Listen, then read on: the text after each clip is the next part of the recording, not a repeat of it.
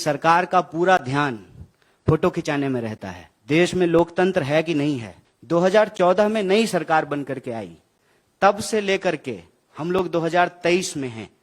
अभी तक कोई डेटा जो है वो जारी नहीं किया गया है। आप सब लोगों को पता है कि 2021 में जनगणना होना था, 2021 में जनगणना नहीं हुआ है। दुष्यंत कुमार कहते हैं कि कहां तो तय था चिरागा हर एक घर के लिए, कहां चिराग मयस्सर नहीं शहर के लिए। डेटा जब इतना इंपॉर्टेंट है, जब हर चीज को गिना जाना जरूरी है, आप स्त्री गिनते हैं, पुरुष गिनते हैं, शिशु गिनते हैं, पशु गिनते हैं, तो फिर जाति गिनने में क्या दिक्कत है? ना सरकार इस बात को बताने में इंटरेस्टेड है कि अदानी जी की सेल कंपनी में 20,000 करोड़ रुपया कहां से आया। ना सरकार इस बात को बताने में इंटरेस्टेड है कि इस देश की वास्तविक संख्या क्या है। आप अगर प्रधानमंत्री जी की रैली को भी ध्यान से सुनेंगे तो कुछ दिन पहले कह रहे थे 135 करोड़ 135 करोड़, आजकल कहते हैं 140 करोड़। तो 135 करोड़ से 140 करोड़ हम कैसे हो गए हैं? राहुल जी ने चोर को चोर कहा। अब बताइए, चौ को चौ नहीं कहेंगे तो 100 कहेंगे? चोर को चोर ही तो कहा था। तो इन्होंने कह दिया कि ओबीसी का अपमान कर रहे हैं। प्रधानमंत्री अपनी रैलियों में जाकर के कहते हैं कि मैं ओबीसी से आता हूं। अरे तो आप ओबीसी से आते हैं तो बहुत खुशी की बात है, बहुत अच्छी बात है कि ओबीसी देश का प्रधानमंत्री बना है। जात के आधार पर राजनीति करेंगे, जात के आधार पर वोट लेंगे, जात के आधार पर विपक्ष को घेरने का प्रयास करेंगे, लेकिन जाति की संख्या क्या है ये बताने की बात नहीं कर रहे। संवाददाता सम्मेलन या प्रेस कॉन्फ्रेंस 2 मुद्दों को लेकर के किया गया है। पहला तो आप सब जानते हैं कि महाराष्ट्र में सरकार की मौजूदगी में सरकारी कार्यक्रम में सरकारी लापरवाही से 11 लोगों की दर्दनाक मौत हुई है। हम भारतीय राष्ट्रीय कांग्रेस की तरफ से शोक संवेदना व्यक्त करते हैं और ये मांग करते हैं कि सरकार बिना किसी लापरवाही के, बिना किसी बहानेबाजी के, बिना किसी आनाकानी के इसकी जिम्मेवारी ले और कुछ सवालों का जवाब दे कि जब एक सरकारी कार्यक्रम किया जा रहा था, सरकार के तमाम बड़े अधिकारी और मंत्री वहां मौजूद थे, तो इतनी बड़ी चूक, इतनी बड़ी लापरवाही कैसे हो गई? प्रश्न ये उठता है कि आप किसी कंपनी को कार्यक्रम की तैयारी के लिए 13 करोड़ का ठेका देते हैं, तो जब नेता के लिए टेंट लग सकता है, नेता के लिए कूलर और एसी लग सकता है, तो जनता के लिए क्यों नहीं लग सकता है? क्या आपको इस बात का पूर्वानुमान नहीं था? कहते हैं कि डिजिटल इंडिया है, डिजिटल इंडिया में हर कोई अपने मोबाइल पे वेदर चेक कर लेता है। क्या मंत्री जी का मोबाइल काम नहीं कर रहा था? उनको आइडिया नहीं था कि देश में गर्मी पड़ती है अप्रैल में, मई में, जून में, और जब गर्मी पड़ती है तो लू चलती है, गर्म हवा चलने से जो है लोगों की तबीयत खराब होती है। जितना क्षमता है उससे ज्यादा लोग अगर एक जगह इकट्ठा होंगे तो स्वाभाविक रूप से परेशानी आएगी। जनता की बुनियादी बेसिक सुविधाओं का ध्यान नहीं रखा गया, पानी की व्यवस्था नहीं की गई, उनके लिए छाया का प्रबंध नहीं किया गया, क्योंकि सरकार का पूरा ध्यान फोटो खिंचाने में रहता है। फोटो फ्रेम बढ़िया बनना चाहिए। आप लोग देखे हैं ना, माननीय प्रधानमंत्री जी एक बड़ा सा कैमरा लेते हैं अपने हाथ में और 5 बड़ा सा कैमरा रहता है उनके पीछे, जो उनका और उनके कैमरे का फोटो खींचता है। देश में लोकतंत्र है कि नहीं है? अगर देश में लोकतंत्र है तो एक चुनी हुई सरकार अगर एक सरकारी कार्यक्रम कर रही है और वहां लोगों को यदि बुलाया गया है, उनके साथ अगर कोई हादसा होता है तो इसकी जिम्मेवारी सरकार को लेना पड़ेगा। भारतीय राष्ट्रीय कांग्रेस ने, महाराष्ट्र की यूनिट ने यह सवाल उठाया है कि यह गैर इरादतन हत्या का मामला है। सरकार इसकी जिम्मेवारी ले और उसकी जिम्मेवारी तय करने के लिए देश का सबसे महत्वपूर्ण विपक्ष होने के नाते हम सरकार से ये सवाल उठा रहे हैं कि आप घटना के बाद बहानेबाजी ना करें, इधर उधर की बात ना करें, जिम्मेवारी तय करें, जो लोग दोषी हैं उनके ऊपर कार्रवाई करें, और सबसे ज्यादा दोषी तो सरकार खुद है, तो यह दोष को अपने मत्थे ले और इस तरह की कोई भी घटना आने वाले दिनों में ना हो, इसको सुनिश्चित किया जाए। यह भारतीय राष्ट्रीय कांग्रेस की तरफ से हमारी मांग है।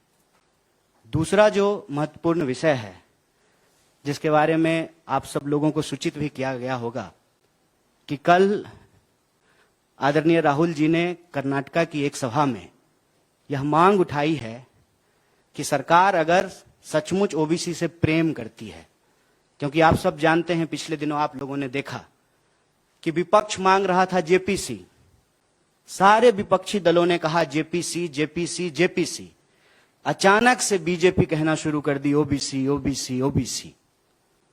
जेपीसी की मांग के सामने अगर ओबीसी की बात बीजेपी लेकर के आई है तो यह जरूरी हो जाता है कि कुछ सवाल सरकार से पूछा जाए।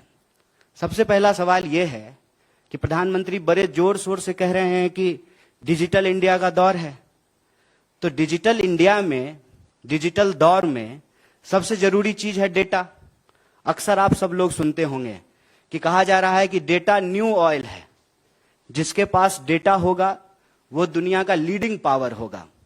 अगर ऐसी स्थिति है तो हमारी सरकार, भारत की सरकार, डेटा को इकट्ठा करने में, डेटा को तैयार करके डेटा देश को बताने में, जारी करने में इतनी हिचकिचाहट क्यों दिखा रही है?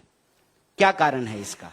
आप सब जानते हैं कि जब भारतीय राष्ट्रीय कांग्रेस की सरकार थी, यूपीए 2 के दौर में 2011 में जनगणना हुआ और उस जनगणना की जो रिपोर्ट थी उसको तैयार किया गया। वह रिपोर्ट प्रकाशित होती, उसके बाद सरकार चली गई। 2014 में नई सरकार बन करके आई, तब से लेकर के हम लोग 2023 में हैं, अभी तक कोई डेटा जो है वो जारी नहीं किया गया है। आप सब लोगों को पता है कि 2021 में जनगणना होना था, 2021 में जनगणना नहीं हुआ है। दुष्यंत कुमार कहते हैं कि कहां तो तय था चिरागा हरेक घर के लिए, कहां चिराग मयस्सर नहीं शहर के लिए। डेटा जब इतना इंपॉर्टेंट है, जब हर चीज को गिना जाना जरूरी है, आप स्त्री गिनते हैं, पुरुष गिनते हैं, शिशु गिनते हैं, पशु गिनते हैं, तो फिर जाति गिनने में क्या दिक्कत है?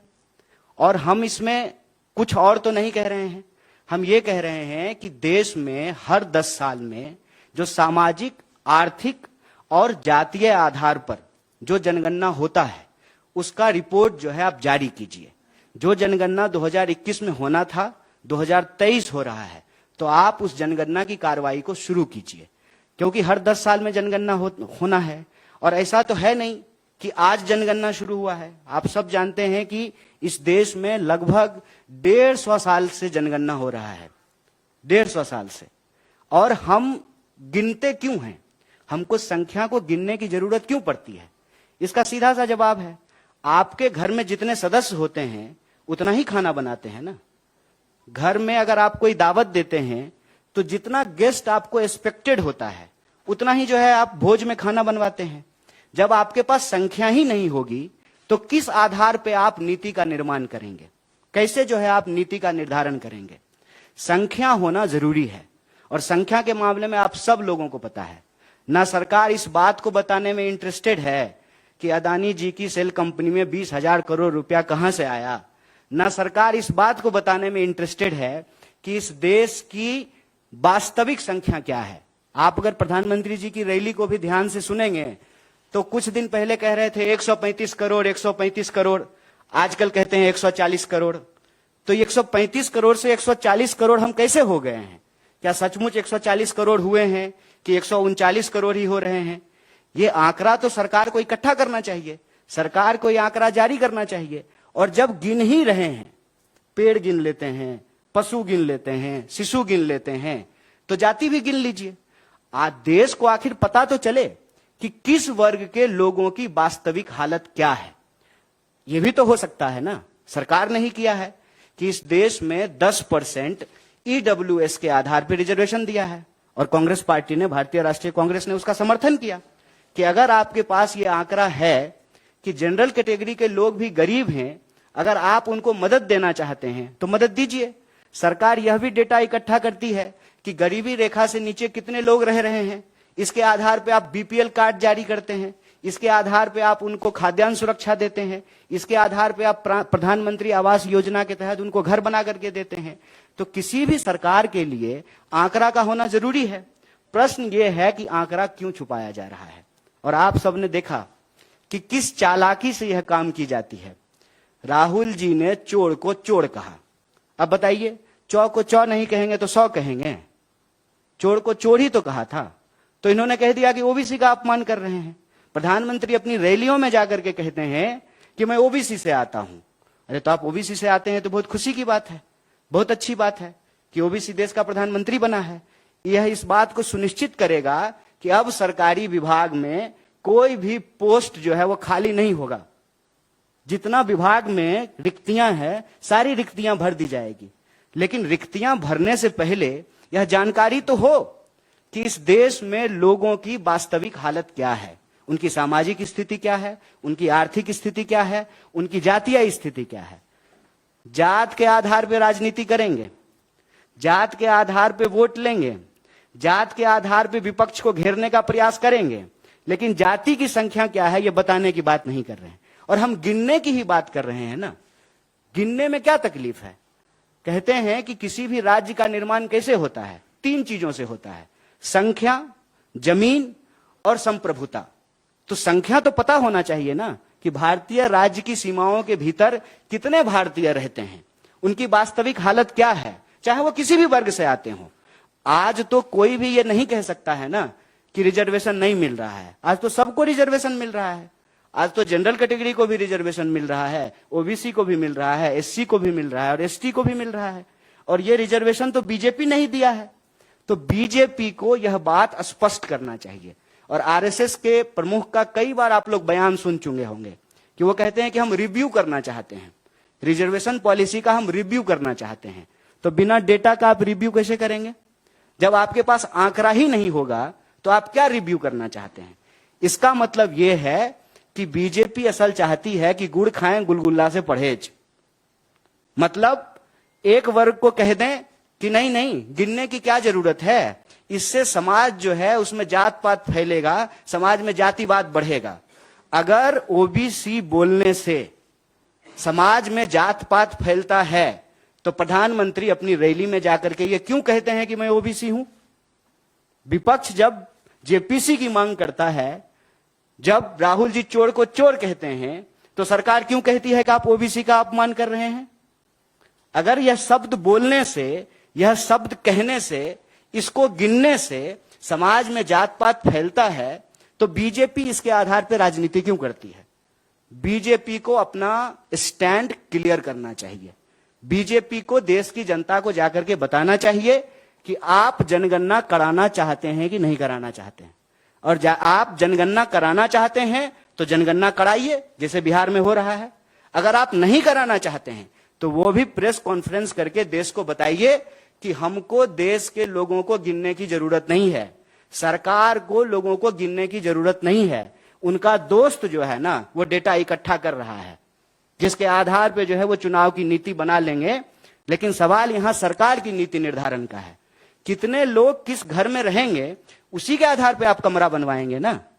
एक जो है बेडरूम बनवाएंगे, बच्चा हो गया है 2 तो एक जो है चिल्ड्रन रूम बनवाएंगे, गेस्ट आते हैं तो एक गेस्ट रूम बनवाएंगे।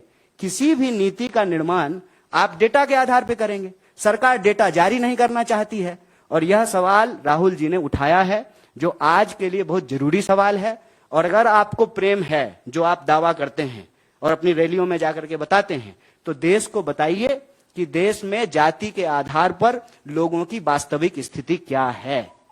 लोगों को बताइए कि आर्थिक आधार पर लोगों की स्थिति क्या है, सामाजिक आधार पर लोगों की स्थिति क्या है। इसका डेटा इकट्ठा कीजिए, जनगणना करवाइए, उस डेटा को जारी कीजिए, तब जाकर के पता चलेगा ना कि दुनिया में डंका बज रहा है जिस देश का, उस देश की असली हालत क्या है।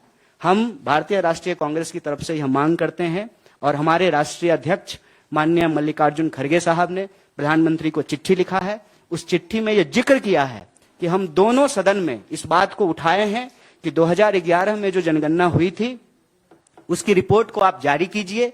2021 में जो जनगणना होना था उस जनगणना को अविलंब शुरू कीजिए। और जब एक काम हो रहा है, एक पंथ दुई काज हो जाए, जब गिन ही रहे हैं तो सब आधार पे गिन लीजिए। जब हर आधार पे समाज में लोग रह रहे हैं तो हर आधार पे लोगों को गिन लीजिए। और सरकार के पास डेटा होना जरूरी है। सरकार अगर कहती है कि देश में खुशहाली है, देश में खुशहाली आई है, लोगों के बीच में प्रॉस्पेरिटी फैला है, तो यह बताने में क्या दिक्कत है कि देश में जो है कितने बेरोजगार हैं। आप सब लोग इस बात को जानते हैं कि सरकार ने सर्वे कराना बंद कर दिया है। सरकार के पास बेरोजगारों का कोई आंकड़ा नहीं है, क्योंकि सरकार रोजगार देने में इंटरेस्टेड ही नहीं है। इसीलिए जो है बेरोजगारों को गिनने के लिए तैयार नहीं है। भारतीय राष्ट्रीय कांग्रेस की तरफ से यह स्पष्ट और सीधा मांग है, अविलंब जनगणना करवाई जाए और जनगणना तीनों आधार पे, जिस तरीके से 2011 में हुआ था, सामाजिक, आर्थिक और जातीय आधार पर, तीनों आधार पर जनगणना हो। अगर बिहार सरकार जाति की जनगणना करवा सकती है तो देश की सरकार भी करवा सकती है, और यह देश के लोगों का संवैधानिक बुनियादी अधिकार है कि उनको पता चले कि उनकी वास्तविक स्थिति क्या है। आप लोग बड़े धैर्य से हमको सुने, आपके जो प्रश्न होगा उसका भी हम धैर्य से जवाब देने का कोशिश करेंगे। बहुत बहुत शुक्रिया, बहुत धन्यवाद। नेशनल दस्तक की आपसे गुजारिश है कि अगर इसको बचाना चाहते हैं तो नेशनल दस्तक को सब्सक्राइब करने के लिए रेड कलर के सब्सक्राइब बटन को दबाएं, फिर बेल आइकन की घंटी दबाएं। नेशनल दस्तक को बचाने के लिए बहुत जरूरी है कि हर खबर को शेयर करें, लाइक करें, कमेंट जरूर करें।